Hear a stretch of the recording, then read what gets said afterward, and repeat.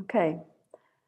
Hello, everyone, and welcome to our first online book talk with the MA Innovation Management at Central St. Martin's University of Arts, London. Today, we're joined by Dr. Christian Busch, author of the book, The Serendipity Mindset, The Art and Science of Creating Good Luck. Christian leads the CGA Global Economy Program at NYU. He's also a member of visiting faculty at the London School of Economics, where he holds his PhD from.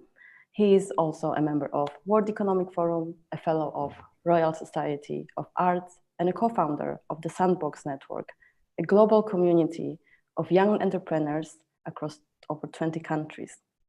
Hopefully this talk will be inspiring for many of you, especially in our new unpredicted reality, with how we all can leverage serendipitous encounters.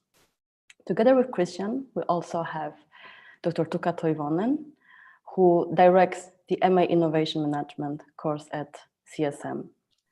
Tuukka holds a PhD from University of Oxford, and his research on creative process in entrepreneurship, social innovation, and collaborative communities has been recognized and supported by the likes of the Economic and Social Research Council, the Skoll Foundation, and the Academy of Management.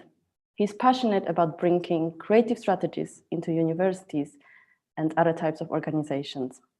So before we start the main event, I'd like to ask Tuukka to give us a few words about DMA Innovation Management and why Christian's book so beautifully represents one of our core values. Thanks very much, Mimi, for the kind introduction, and welcome everyone to this extremely special book talk with Christian Busch from the LSE and New York University. I'm very pleased to have you all here. And so indeed, I'm the director of the MA Innovation Management at CSM. And as it happens, our core mission is to help students develop creative strategies for change. So creative strategies for positive change and transformation. And that's just one of the key reasons why Chris's book really is extremely relevant for us in terms of how we approach creativity, how we should approach making or generating creative strategies in this era when we're experiencing significant uncertainty. So this talk will be of great interest to our students. It will also be of great relevance across the UAL for all of the University of the Arts London students and faculty, and I believe also the talk will be of great interest for a global audience. So welcome wherever you're joining us from today. So that's a little bit about our course. And of course, this event today is a great personal delight for me, having been good colleagues with Christian for about 8 years or so. And as I was preparing for this event today with Mimi, I was kind of thinking back to, when did our conversations first begin? And as you might have guessed, it all began with a serendipitous encounter at Chris's university at the time, about 8 years ago, where I was having a meeting with a good colleague from Finland who had the good situational sense to connect us right there and then. And we discovered that we had a shared interest in social innovation communities. We had a big fascination as to why and how social entrepreneurs come together with mentors, with various supporters, and how that helps them to spark new ideas and to have more impact. And Chris then went on, as many of us know, to look at these communities and incubators in the Kenyan context, for instance, and obviously globally as well, whereas I examined them mainly in Japan and in the UK. So it's a great pleasure to be able to kind of return to these conversations and to see what's grown out of them. And obviously, having read Chris's book, I can see that a whole lot of insights has developed from that line of work. And finally, I must say that so one thing that always has struck me as really special about Chris and his work is that he practices what he preaches. So he practices what he researches. And that's quite unusual in the world of research, I would say, in the world of academia. Chris is not just a world-class researcher and a speaker. He's also a great communicator, a great connector, a community builder and an entrepreneur, and many other things, as you discover in his book. So it's a fantastic pleasure to be able to welcome Chris to Central St. Martin's today virtually. And I think that's all that I should say at this point. So a big welcome to you all, and over to you, Chris. Thank you so much, Mimi and Tuka, for the wonderful introduction. Good morning, good afternoon, good evening, everyone, wherever you are in the world. It's wonderful to be here with you today. And thank you so much, Tuka, for the wonderful introduction, especially also with regard to our relationship. I think I've been treasuring it a lot over the last 8 years. Your spark of inspiration that has given a lot of creative thoughts and insight to our work. And I think I'm very much looking forward to our conversation later on as well. I think the work you've been doing with the MA Innovation Management is wonderful, and I'm very much looking forward to seeing kind of our joint journey of co-creation continue in that regard as well. So I have the pleasure to talk about something today that Tuka hinted already to. It's been very close to my heart. It's something that's brought me together with Tuka and with Mimi and the team, and also more broadly, that has been in a way running my life over the last kind of decades. And to give you a bit of context, it really started. I mean, I was a teenager who was rebellious, who didn't know how to channel his energy. I had to repeat a year in high school. I had to, I had to change schools. They encouraged me to change schools. So I was kind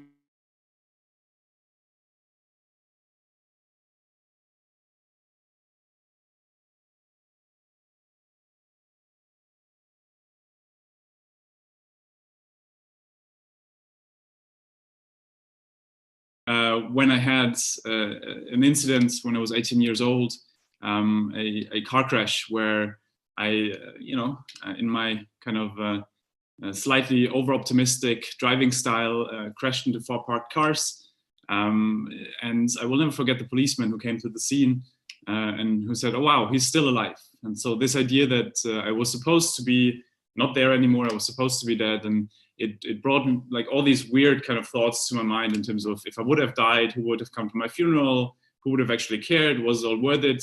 Was there any kind of meaning here? And at that point, there wasn't much. And so I started reading this wonderful book that I highly recommend, Viktor Frankl's Search for Meaning, which is all about the question of how do we find meaning in the most dire of situations. And it gave me a lot of hope at that point that, no matter which stage you're in your life, there's always some kind of meaning you can find, and you can kind of imbue meaning into everything that's there. And so it took me on this journey. I realized that what I enjoy really doing is connecting ideas, connecting people. I started as a community builder, then entrepreneur, social entrepreneur, and later as a researcher. And one of the things that I found fascinating was that when I looked at the most successful people, the people who were most purpose-driven, who really kind of shaped something in the world, they had something in common, which was that they intuitively cultivate serendipity. They see something in the unexpected, they see something in uncertainty, and then turn that into positive outcomes. And that's really what today is about, to really think about how can we develop a mindset that allows us to turn the unexpected into opportunity. So that is really kind of the serendipity journey that led to the book that we'll be discussing today. It's based on this kind of decade-long research and journey, and has kind of like a lot of examples and stories from around the world, everything from Kibera in Kenya, which is an extreme low-income context in sub-Saharan Africa, where a lot of my work is based, to the kind of CEOs of companies, and really kind of the whole spectrum of people, of backgrounds, and really trying to learn from them. What is it? How do we really create and cultivate serendipity in life that makes sense?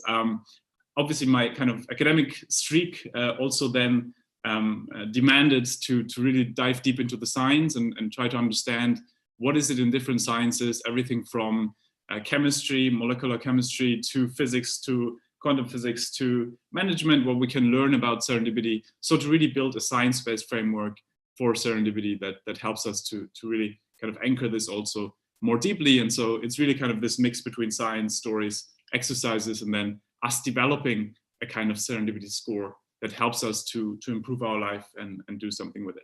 Now, to make sure that we're all on the same page, what we mean when we talk about serendipity, just a couple of examples. If you have slightly erratic hand movements, as I do, you might spill coffee quite a bit.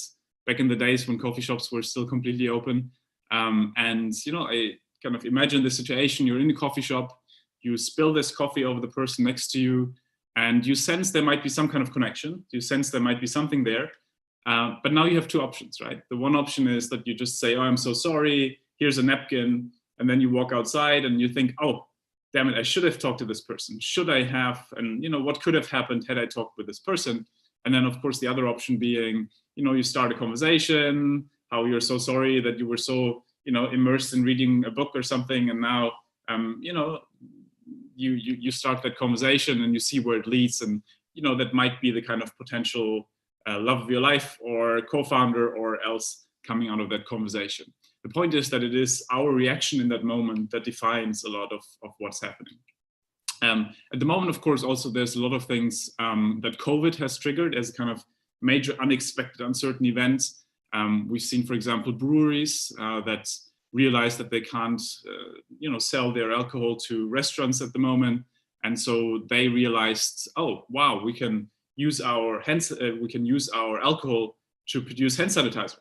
And so that's kind of how a couple of breweries turned into hand sanitizer companies, again, very unexpectedly. TEDx Volcano is something we can talk about later if we still have time. That's a longer story, but it's one of my favorites because it shows the kind of importance of networks and cultivating tangible networks. So we can definitely talk about this later on in our conversation as well. But for now, I want to use one of my favorites, which is on the bottom right. Can anyone guess what that could be? Is there so that is a couple of decades ago, researchers were giving people medication for angina. They were testing how it could work. And they realized that in male participants' trousers, there was some kind of movement happening. And so, what would we usually do? We would probably say, oh my God, that's embarrassing. We should try to ignore it, or we should try to do something about it that it does something against the side effects. They did the opposite. They said, you know what, that's unexpected, but there's a lot of men in the world who have similar problems. So why don't we focus on this and develop a medication based on this? This is how Viagra evolved as a key medication, of course, to treat exactly those kind of problems.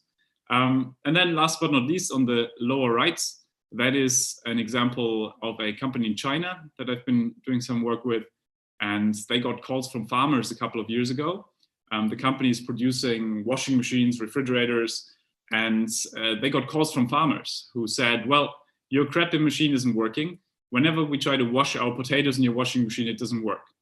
And so what would we usually say? We would say, well, look, it's a washing machine. It's for clothes. Don't wash your potatoes in it. They did the opposite. They said, you know what? That's unexpected, but there's a lot of farmers in China who might have a similar problem. So why don't we build in a dirt filter and make it a potato washing machine?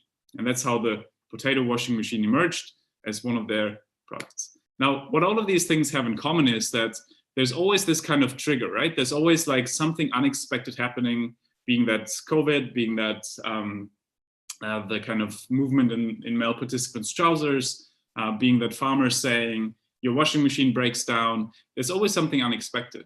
But then we have to do something with it. We have to connect the dots. We have to connect whatever the unexpected thing happened to a problem, to something that is meaningful and that makes this accident meaningful. And we'll talk later about how serendipity is all about making accidents meaningful, but also then creating more meaningful accidents. And we'll talk more about this. But for now, it's really about this kind of idea that we have to connect the dots, and then we have to have the tenacity to actually do something with it. We have to follow up with it and turn it into something. And so this is really what serendipity is about, this kind of unexpected good luck that results from these unplanned moments, but they are based on proactive decisions. It's not like this kind of blind luck, blind luck being born into a loving family, or these kind of things that we can't influence. That's where a lot of societal inequality comes from, right? This kind of things that in a way are things that are just being handed to us, that are passive luck. That's not what we're talking about. We're talking about the active smart luck. We're talking about luck that we can create because we have some kind of agency in it. And that also makes us see then, of course, that we can miss serendipity all the time, right? We can miss serendipity because we don't see something in the unexpected. We can miss it because we don't see how we can relate it to something bigger. and we can miss it because we don't have the tenacity to actually do something with it. And so that's why a lot of times we see people who seem a little bit luckier than others, even though they have exactly the same starting position. Now, what's the reasons for why we don't have serendipity all the time then? I mean, of course, we all have a lot of biases, right? I mean, this is one of my favorites, that we tend to post-rationalize things. So, you know, we probably have all done that with our CVs and other things where we're saying, yes, and then I wanted to do this, and then I wanted to do this, and this, and this. So we tell it as if we had everything planned out as a step-by-step linear story. But actually life, of course, was kind of much more like a swoop. And so the point here is that a lot of times we airbrush serendipity out of our lives.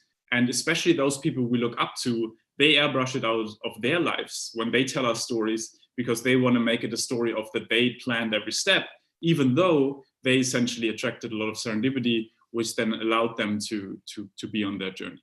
Now, before we get deeper into that, very briefly, a couple of studies that I found super fascinating, because they tell us how important it is the way we frame the world.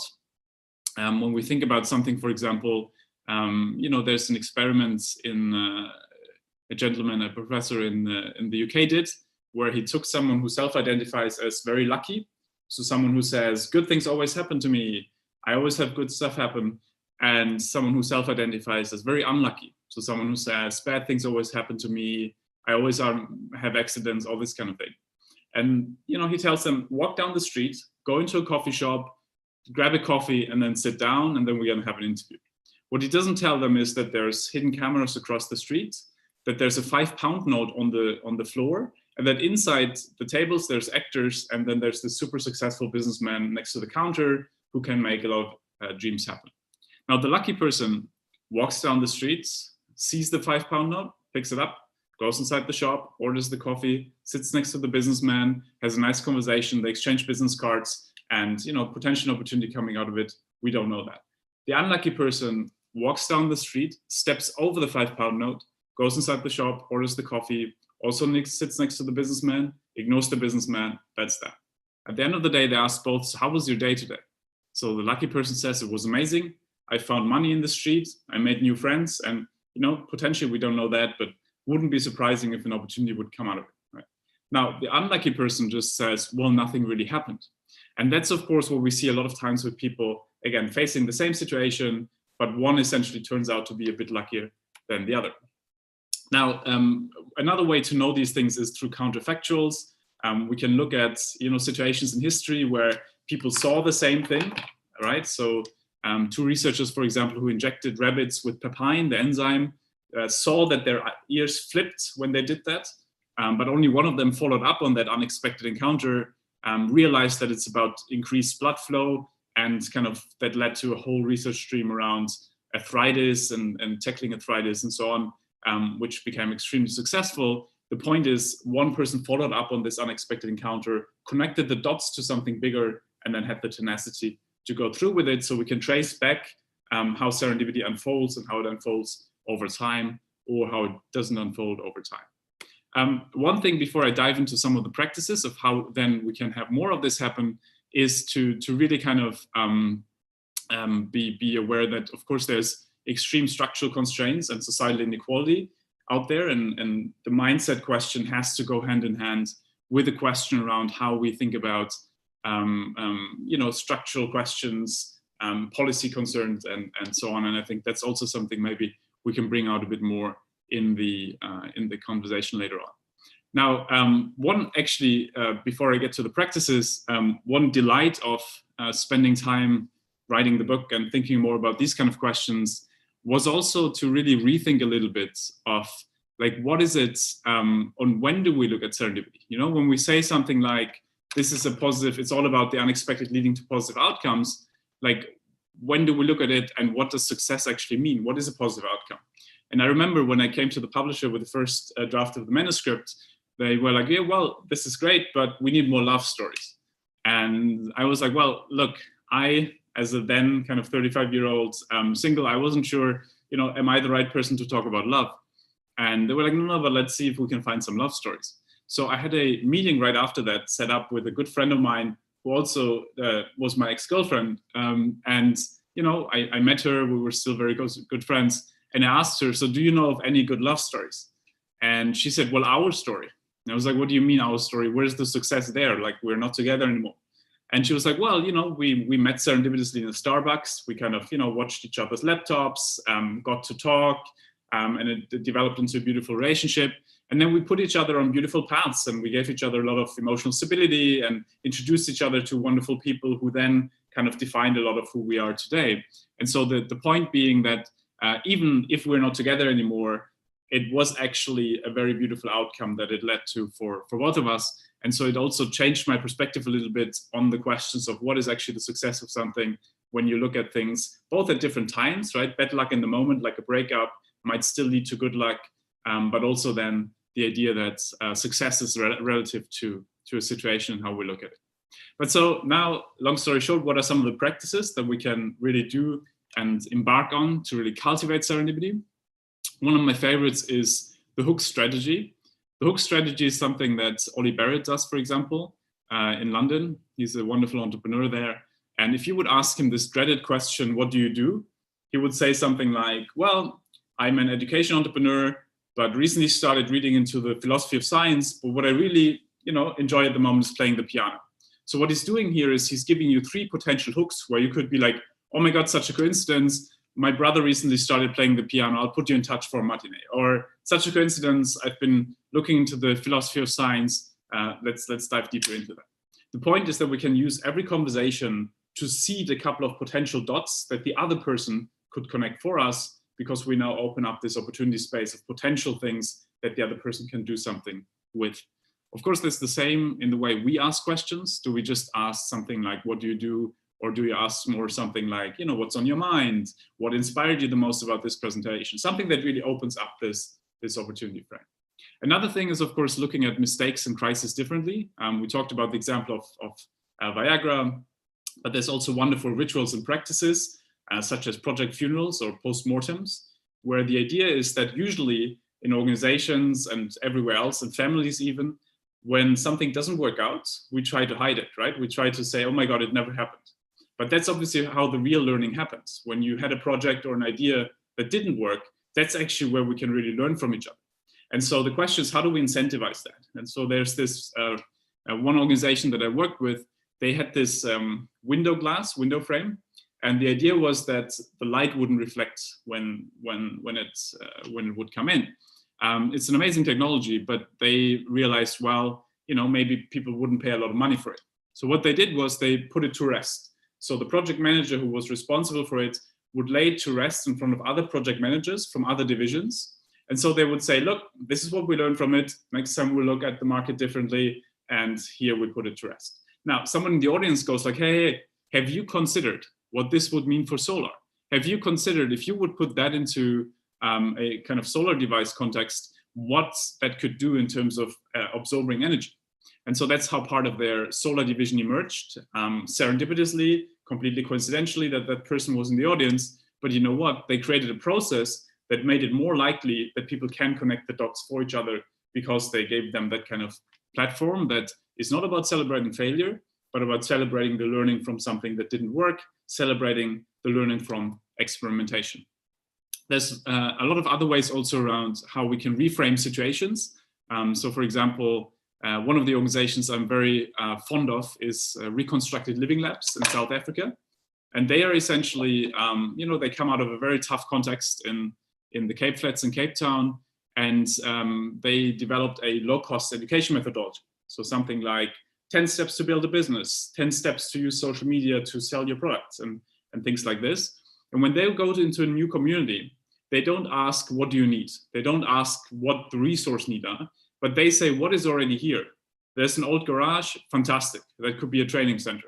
There's a former drug dealer, interesting. That person will be very creative. That person will probably have great social capital. So if we can turn them into a teacher, they will be fantastic as someone who can really bring people into this school.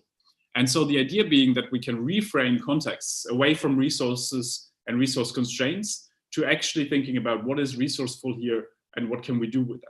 And so that's simple things like budgets, for example. If you would organize an event and you would say, I need 50 chairs, you would have to first answer the question, do you really need the chairs, or is there something else you can do? Can people sit on the floor? Can they sit on a bench? Whatever it is.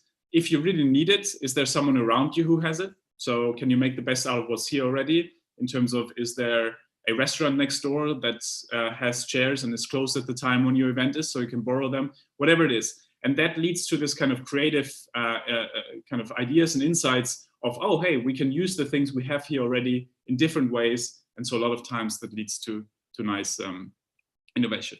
Another one is really around serendipity spotting. So the idea of really kind of, I'm a big fan, for example, of sending speculative emails to people, or speculative in-mail messages on LinkedIn. So the people we really admire, every second-degree contact you can contact on LinkedIn.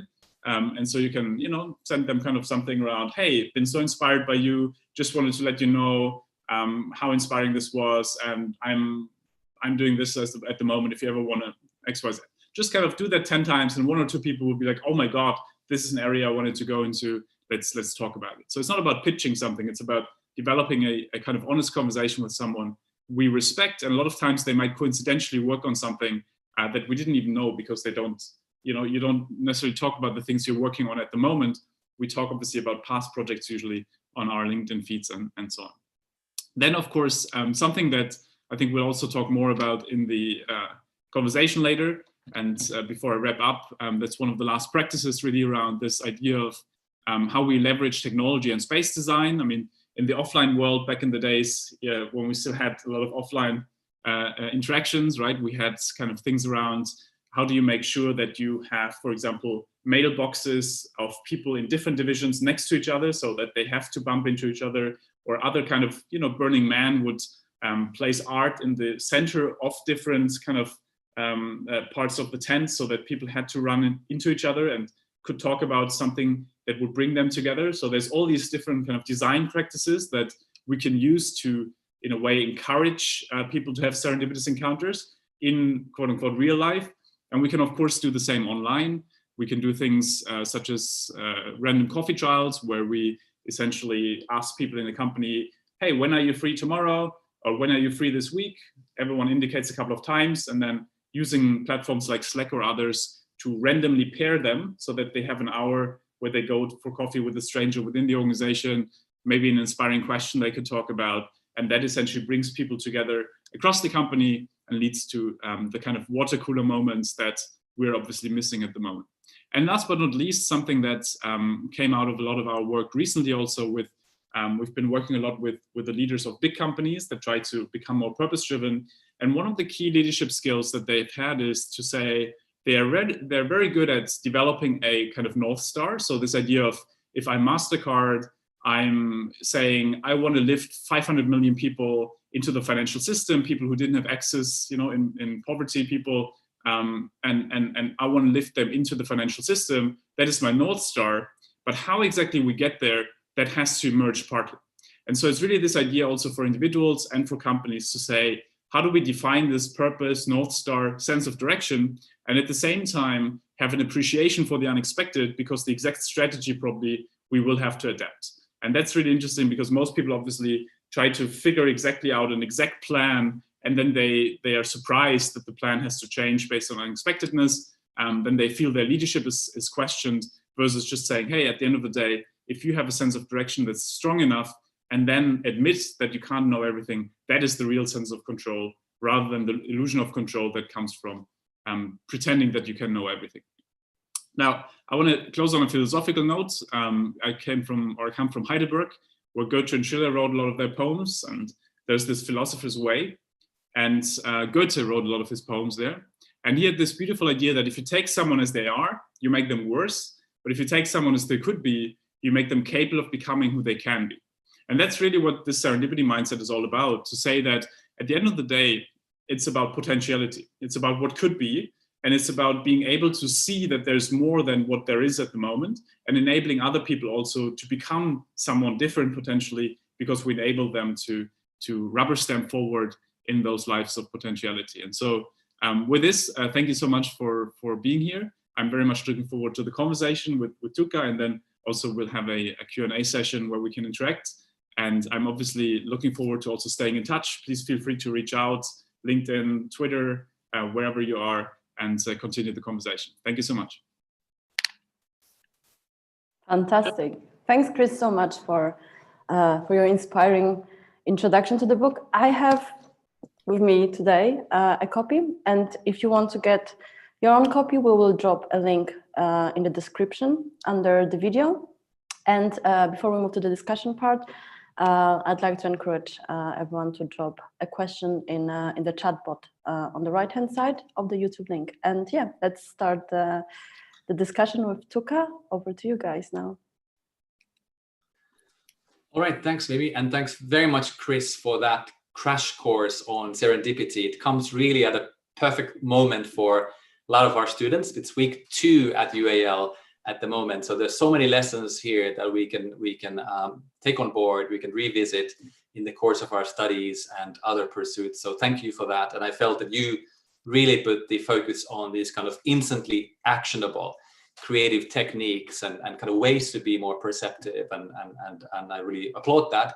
And I wish we could all physically be applauding you here today, but next time when you come to our university, we can hopefully have a live event in our main hall. But yeah, just 2 comments. I thought I'd make 2 comments at this point. Essentially, these are about what I believe to be the strengths of Chris's work. And these are key reasons why I find it so inspiring. So essentially, first of all, I view Chris's book as a sort of an uplifting user's guide to living with uncertainty, to living with unpredictability, but with an approach and orientation that is fundamentally open and engaged and fearless. Because, I mean, why do I say that? I say that because it's quite normal and common to kind of fall into your comfort zone and to become closed off and disengaged when you face uncertain circumstances like we do now, of course, at a societal level and also at an individual level. So Chris really invites us to embrace this sort of an open philosophy and orientation, an engaged orientation in the face of change. And I think that's a really important point about human agency, whether it comes to you developing a creative career or a more regular career perhaps, or just in the course of your everyday life. You know, it's not about you being fully in control, because as Chris says, that tends to be an illusion. So there can be an illusion of control, but that's all it is. You have to be comfortable with the fact that you cannot predict the outcomes of your projects and your efforts, and you have to be comfortable with that. So the individual has a role, the individual has agency, but also the individual is not always in control. So that's kind of a balanced way for me to look at human agency in this age of networked individualism, as some other sociologists put it. So that's point 1. Point 2 is that I feel Chris really brings in a very strong sociological and organizational awareness and imagination to the self-help genre. And that maybe was not covered extensively in Chris's presentation, because there was a lot of focus on things that we can instantly use, which is great. But when you look at the book, when you properly sit down with it, you find that there's a wealth of knowledge around sort of the sociological dynamics and the factors that kind of conspire to create serendipity, to create good luck. And this is sometimes very hard to get across in a teaching situation, in a mentoring situation, and so forth, right? And I would later like for you to speak more about this, but what I'm referring to is everything that happens before that serendipity journey, the beautiful wavy pattern that you showed to us, which in itself is very important. But what is it that happens before? And of course, one thing that happens is that people accumulate social capital, right? That they build a reservoir which raises their so-called serendipity base level. And that is why, obviously, we're very lucky with the MA Innovation Management to have 2 years when students are able to use 1 year to sort of accumulate their knowledge and their networks. And in the second year, they can leverage that a lot more. So that's perhaps an example of what this means. But that's just very, I think, very necessary, kind of an antidote to the often suffocating individual level focus within the self-help genre.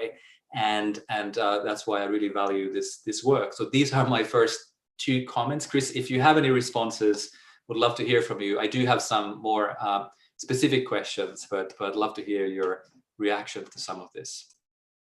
Yeah, thank you so much for the great summary, Tuka. I really appreciate it, and I think it's definitely something, you know, I'm looking forward to talking more with you as the kind of key sociologist in that area of networks, and especially how we can apply it to those kind of areas, right? Everything from co-working spaces to education to organizations. So that's really fascinating. And I think to your point, right, what came to mind when you were speaking were the 2 levels of, one is really around how can we as individuals develop the social capital early on, so that we qualitatively increase our serendipity base level. So the idea of how do we essentially, you know, if I start out, and there obviously we also see the societal inequality, right? If I get born in Kenya and Kibera, my base level of potential serendipity is extremely low because I don't have a lot of access to networks. I don't have a lot of access to education and other means that can help me seed and connect dots. And then at the same time, how do we, in especially those contexts, think about how do we, and not only think about things like scholarships and other things, but really think about how do we lift the social capital of someone to a degree level that we can really have them have more serendipity in their life. So I think there's a big social justice component to that question, but also at the same time, for us individually, for everyone, this question of how do we develop our relationships in meaningful ways before we need them, right? Because I've seen that, you know, at the moment, a lot of my students, for example, they had all their like internships mapped out and their careers mapped out, and then COVID happened and everything broke away, right? And so what I think those like students that have quote unquote done it really well were, what they've been doing is they've been talking constantly with professors, associate professors, others around, hey, this is where I would love to go. This is, if you know anyone in this area, like, can you put me in touch already? And so they started conversations early on with a broader range of people who then, after half a year, reach out and say, hey, didn't we speak 6 months ago? We're now actually looking for someone. Would you be interested in X, Y, Z? And so the point being that a lot of times positions don't necessarily get written out, but they then kind of like serendipity people think of someone if the conversation already has been there with that person. So I'm a big believer in creating that opportunity space early on, developing meaningful relationships with people early on, and then going about it. And then on the second level, really this question of how do we become part of communities, of networks that help us to lift that base level. And so this example of TEDx Volcano that I briefly mentioned at the beginning is really all about this. So I had I don't know if you remember this volcano that broke out a couple of years ago with the unpronounceable name. I mean, you can probably pronounce it, but I can't. It's E and then 14 or so letters. And it broke out, in Europe, and flights were grounded, right? And at that point, there was the Skoll World Forum in Oxford, and so you had all these amazing people who were all stuck in London because they were in Oxford, and then they came to London, and nobody could get out of it. And so I got a call on a Saturday morning, after a longer night out. Like, I saw an unknown number, and I was like, oh, that looks interesting. And so I picked it up, and there was this guy on the line who was like, hey, look, Christian, we don't know each other yet. My name is Nathaniel. A mutual friend put us in touch. But I was at the Skoll World Forum, and I, as the other people, am stuck in London at the moment. So I was thinking, they're all bored now. They all have their schedules cleared. They have nothing to do. So I want to bring them together and bring together a TEDx Volcano conference.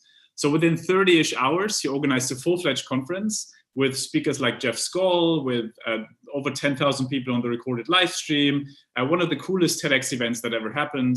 And the way he did that was that he didn't know a lot of people in London, but he plugged into existing communities. So he went to Sandbox for volunteers. He went to the Hub Network for like a co-working space. He went to TED for the brand.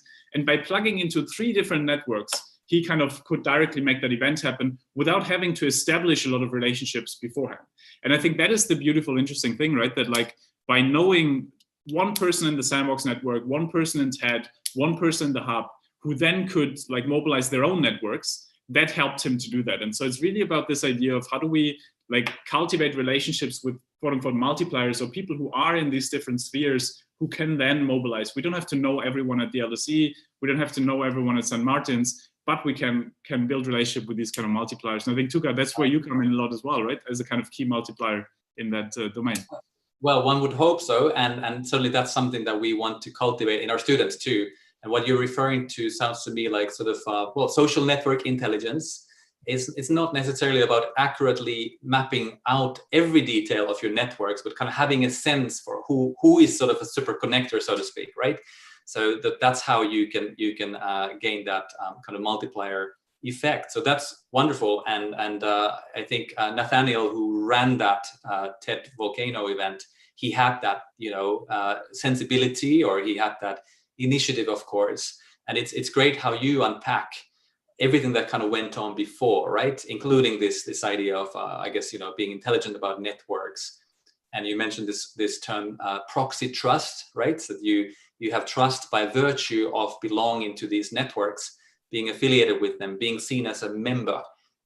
So this is, I think, wonderful food for thought for students as well. Yeah, and that almost answers my first actual question, which has to do with the kind of career strategies of creatives and social innovators. And in fact, I'm pretty confident that most UAL students are quite comfortable with kind of creative reframing, and they're very perceptive. They think in a creative way on a sort of daily basis. It's very ingrained in the system, the culture as well. So they might be quite familiar with that side. But is there a deeper side to how they should network, how they should think of the act of networking? Is there something that they may be missing? Like, what would be your advice to how they should approach networking, let's say being in the middle of their studies?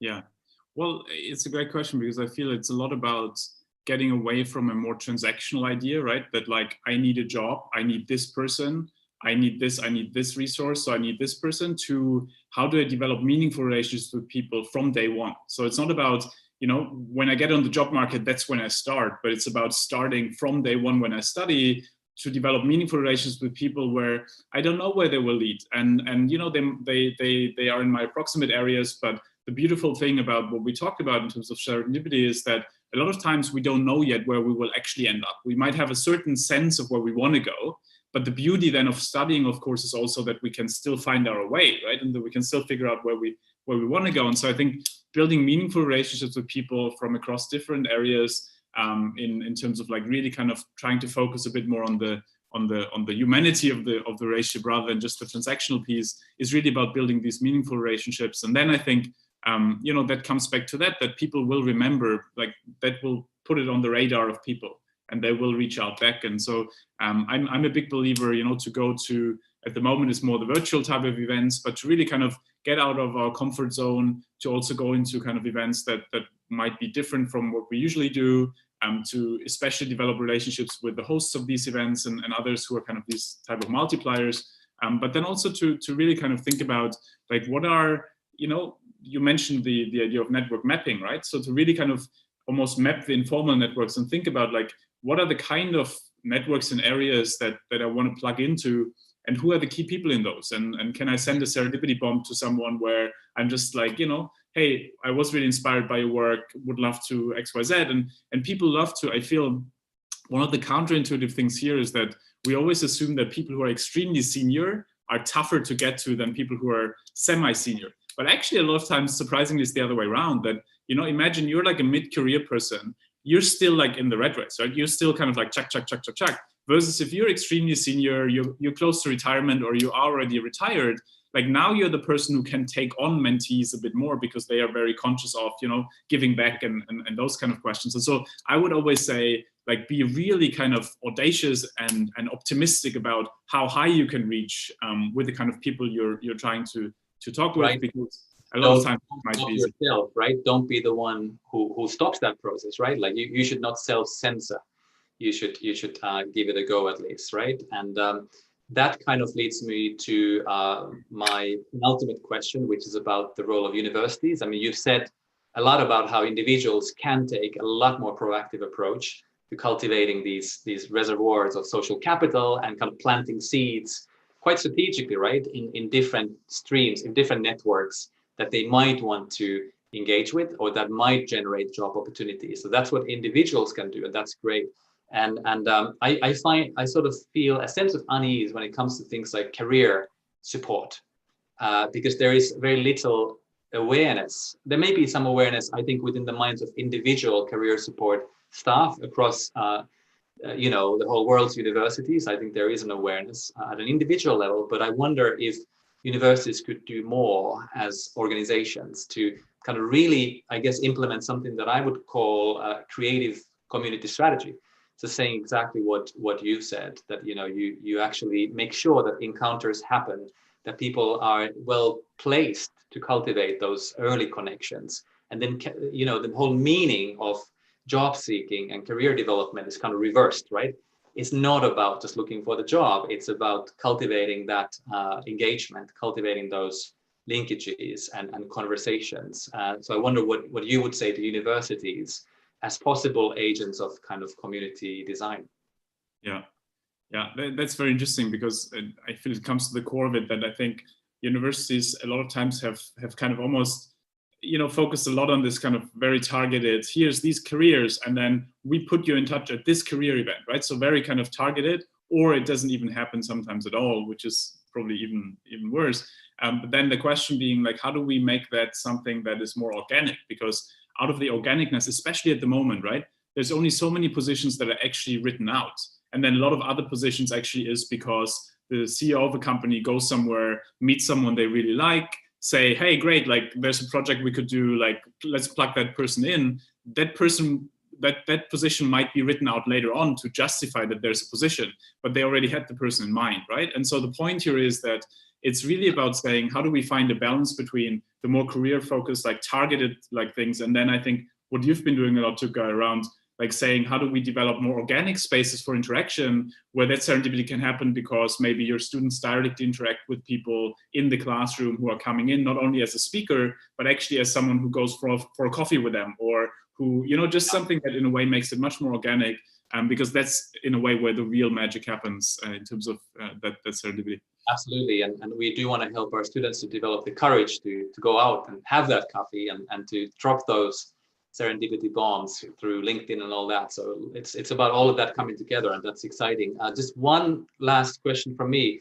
I'm aware of the fact that we might go a little bit over time, so just a heads up to everyone listening in and watching this. We might go 5 or 10 minutes beyond the planned slot, but just one question that's a little bit more theoretical perhaps, and this may be sort of food for thought for the future, but I guess so one aspect or dimension of cultivating these sort of pools of social capital is that there's also homogeneity. So when you, let's say personally, I study social innovation, I become quite comfortable with some of the key terms, scaling social impact or social business models, all of these things. So I become comfortable with that. And then let's say I take a plane somewhere, I meet an executive from Unilever, to just give one possible example. And we get on because they have a CSR strategy that kind of chimes in with what I do.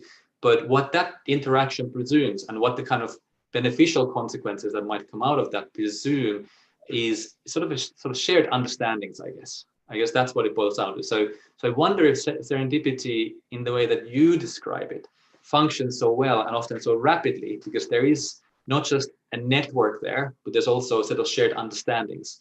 And the reason I'm posing this question, not really as a criticism of your approach, but really kind of as a contrast to something I would call creative friction, which we all have experienced, because we often come together with people from different walks of life, or from different cultures, or from different disciplines. So for me, I had the pleasure of working with 2 cultural psychologists a couple of years ago, writing a paper on youth and globalization and motivation in Japan. And it was terribly inspiring all the way through, but it took us about a year to build a shared language that would then enable us to kind of channel, to kind of make some real value from the intellectual work. So I wonder if there is this contrast, which has to do a little bit with how time plays out, and then homogeneity versus real kind of knowledge diversity. Is serendipity kind of fast based on these slowly cultivated relatively homogeneous networks? And is that then quite different from creative friction, where you really have to delve deep and co-create and understand the language of a different discipline. How do you think about those distinctions? Yeah. I mean, you're pointing to a really interesting fact, which is that serendipity a lot of time is about teamwork, right? It's about people connecting the dots with each other, or someone giving someone a dot and then the other person has to connect it, right? And so there has to both be the incentive, but also the ability to connect those, right? And so I think a lot of times we have the kind of, when we think about diversity in organizations and things, we a lot of times get stuck with just thinking about, how do we make sure that we have a diverse team? And then we forget, what is the common denominator here? What is it that actually glues them together so that actually that dot connecting still happens? And so, one thing that I've seen work pretty well is when you have like core non-negotiable values that really bind them together. So everyone who's part of it has a shared language, not necessarily in the language, but in the sense of like, what do we commit to each other? What is our common purpose? What is the common idea of our North Star? Something that brings people together so that they know what to connect the dots to, right? Because especially when you're like very diverse, you need to connect the dots to something. And as you know, I mean, some of our work has been around tribes in Kenya, for example, where, that's the most kind of extreme case almost of kind of diversity, or almost like partisanship also, if you take it to that level. And, you have over 40 tribes. And I was fascinated by entrepreneurs that, let's say someone is from another tribe, an IT entrepreneur, and they want to get a client engagement from a government in another district that is run by another tribe. Usually they wouldn't necessarily get access to that if it's a very kind of tribalized state. But then some entrepreneurs would do things such as reframing homophily. So reframing the idea of the in-group, where they would say, okay, we're not of the same tribe, but you know what, let's go to the church, let's sit next to the governor in the church, and let's remind them that we are of the same faith, or we are of the same something else. And so essentially reframing away from what makes us different to what actually is the common denominator we have. And I think then actually the diversity and the common denominator together, that's where the magic happens. That's wonderful. And that's such an important point at this highly divided time, right? And what you're saying there, more broadly, just going beyond sort of smaller creative context, is that if we apply our creative minds and our ability to reframe the groups that we belong to, we're actually able to build a lot more unity and inclusion and respect and these common denominators as a precondition perhaps to not just more creativity and better outcomes, but more sort of robust democratic processes too. So that's a wonderful way to finish this segment of our talk. And I wish we could keep having this dialogue for a lot longer, but I'm conscious of many questions coming in. So why don't you take a second to look at some of those questions? I don't really have any profound further conclusions myself, but I really enjoyed this dialogue, and who knows, maybe we'll have a follow-up at some point with Chris. And I do recommend you to get your own copy of this extremely reasonably priced hard copy version of the Serendipity Mindset, the art and science of creating good luck. And it is a book packed with insights. So Chris has obviously done a great job of summarizing some of the key takeaways, things that you can apply to your studies, to your career strategies, to your entrepreneurial journeys, to your creative journeys, and all that. But there's a great richness of further examples and insights derived from a range of disciplines, not just sociology and organizational science. So once more, I would recommend you to look at it. So I think now Chris is probably in a position to start taking some of the questions. So over to you again. Yeah, thanks so much, Tugga. That's much appreciated. And I'm definitely looking forward to continuing that conversation. So I think there were a couple of really interesting questions. Thank you so much to everyone for bringing them up. One was around this question of introvert versus extrovert, and how is it, is it that people who are more extroverted have a natural kind of advantage? What can I do as an introvert? And I'm a closet introvert, so I'm someone who, I seem extremely extroverted, but I give a speech and then afterwards I hide in the toilet because it's getting too much at some point. So it's spike of extroversion, and then the introvert comes out again. I actually have been fascinated by that question for quite some time. And so, yes, there are some kind of things that extroverts do more of that lets them have more serendipity, right? So they tend to meet more people, they tend to keep in touch with more people, they tend to interact with more people. So that is potentially increasing their serendipity level. And at the same time, then the introvert comes in. A lot of times they help the extrovert make sense out of it. So a lot of times you see couples, for example, that reflect with each other on the extrovert being out there, and then the introvert kind of helping them make sense out of what is really valuable, what is not, and so on. So there's kind of this team aspect to it, where a team member can really help. But also then for introverts, a lot of times, because serendipity has an incubation time. So serendipity, I might run into Tuka today, and he tells me about something, and only like in 5 months, when I read something somewhere, I might make a connection, and I might say, oh my God, Tuka told me back in the days about his MA in innovation studies. I just saw that Harvard does a new program in this respect.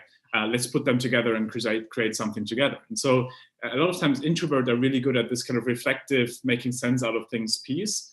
And also at the piece that comes from non-human interaction. So there's a lot of interaction that comes from silent sources like books, right? You might read something unexpected, or if you go another street to work, like you see something in the window. So there's all these kind of silent sources that are really good and that introverts are really good at. There's also strategies for introverts, such as, for example, one thing I've always been doing is when I go to an event, I try to connect with the host in advance and like try to put something on their radar in terms of a key idea or something, so that the host almost becomes an ambassador, so that they talk about the idea a little bit, so that I don't have to talk about it all the time. So really kind of this idea of how do we have other people also almost like outsourcing it partly to other people. It's not completely possible, of course, but at some point it's kind of there's these kind of things we can do to, in a way, get extroverts to do some of the things for us. I think another thing was really around the questions you raised is around this question of how do I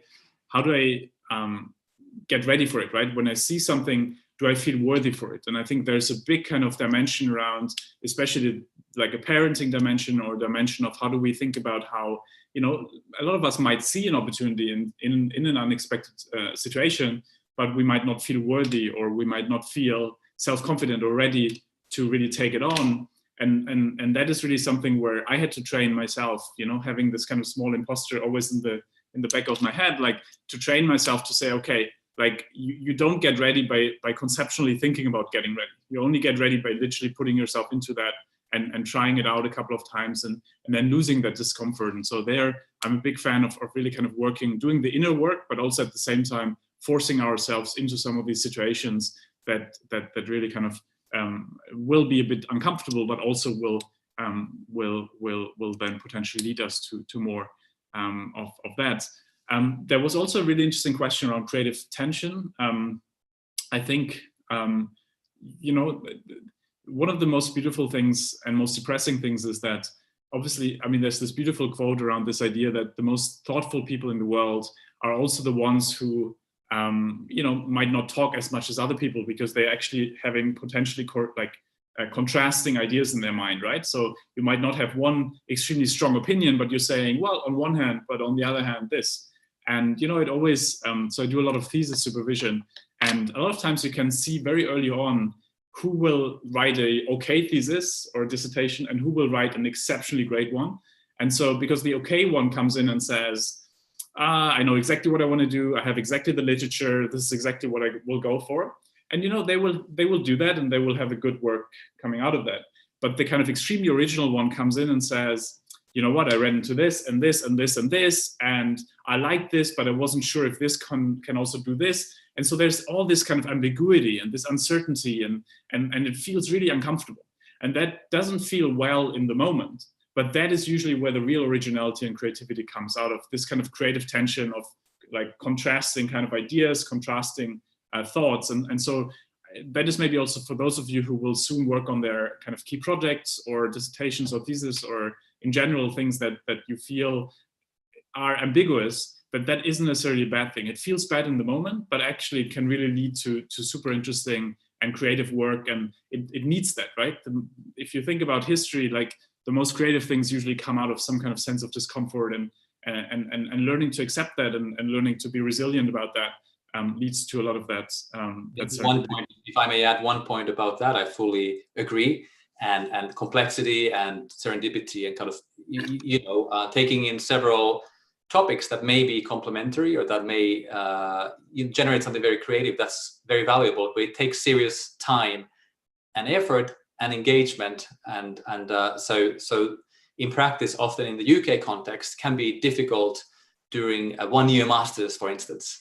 So I think there are questions there in Chris's answer as to how do we create organizations that also give you the leeway, not just the sort of cultural encouragement of do this, go ahead and experiment, but how do we have the structures and the leeway, the space for serious experimentation? So thanks for that question. I'll let Chris answer the next one. Absolutely. Thank you so much, Tuka. And that's a great point, right? That a lot of times you need some kind of space for that. And if you design organizations that are just kind of like in fight or flight type mode, it's very hard to actually get to that. And, there's a lot of studies around, for example, how programmers that are put into open office spaces become much less productive, right? Because you're essentially kind of constantly interrupted. You can't really focus on getting something done and allowing for that ambiguity because you're directly asked for like a specific answer to a specific problem. And so it's really about like also providing space for people to do that. I have seen that in my own life, as an entrepreneur particularly, where you're always on a kind of chuck modus. And one thing that really helped me was highly recommended. It's a blog post. It's Maker versus Manager Schedule by Paul Graham. And so those of you interested, I highly recommend to Google that. It's really about this idea that the more creative task, or the more a creative task is, so the more we have to be immersed, the deeper we have to go into it, the more we need that space that allows us to not be interrupted, to not have kind of anything happen in that time. Because even like a short coffee with someone like takes you out of this, and it takes you a long time to get back into it. And so his idea is around saying, like, try to make time for the maker schedule. So in my case, for example, I try to wake up a bit earlier and put a couple of hours in the morning where I'm just writing or I'm just reading. And this is my time. I have scheduled it in the calendar as my time. And then everything else essentially is kind of manager schedule, check. And what it does is it gives that kind of potential freedom and time to really be able to reflect a bit more on those kind of themes as well. Another great question was around how to balance being open-minded, expecting serendipity, and having a sharp focus and getting things done. And I think that is exactly, that's a fantastic question, because it's so much about how do we make sure that we don't get distracted. If you have like a key thing to be done and you know exactly where it will go because you've gone through iterations and now you've found that way, then the worst thing that can happen is to have too much kind of going on that could lead you away from it. And so that's where filters come in terms of both the kind of sense of direction filter, which is about, okay, I will only allow for serendipity now that goes into that like direction that I feel I want to go at the moment. And I highly recommend actually doing a serendipity journal. So really something, it's where you would write down now, if some exciting thing comes up, it's almost like a parking lot where you say, great, let me write this down and I'll get back to it later when I have the space for that. But also I can write down maybe my story of self, like what do I feel, where I'm headed at the moment, but also really things like trying to understand our own patterns. Like when we think about the unexpected moments in our life, how did we react to them? Did we really kind of do something with it that was like meaningful, or did we not react to it, and so on? So a serendipity journal really helps us to make sense out of these different things, kind of providing a sense of direction and thinking about what that could be for us, but also trying to understand our own patterns, how we react to things, and how can we do that better so that it actually leads to the things we're really wanting to focus on. Another filter is, one thing that I found super helpful is having a good friend or a partner with whom to really bounce these things off, almost like a kind of informal advisory board, if you want. So Pixar, actually, the company, has been doing that a lot. They have informal brain trusts where if ideas come in, like they kind of just look at them and say, okay, great, this is great for now, this is not so great for now, and really kind of chiming in through those different things. So I think there's a lot in there to really think about how to filter those things. So that's a great question as well. I think for the sake of time, we have one more question, which is around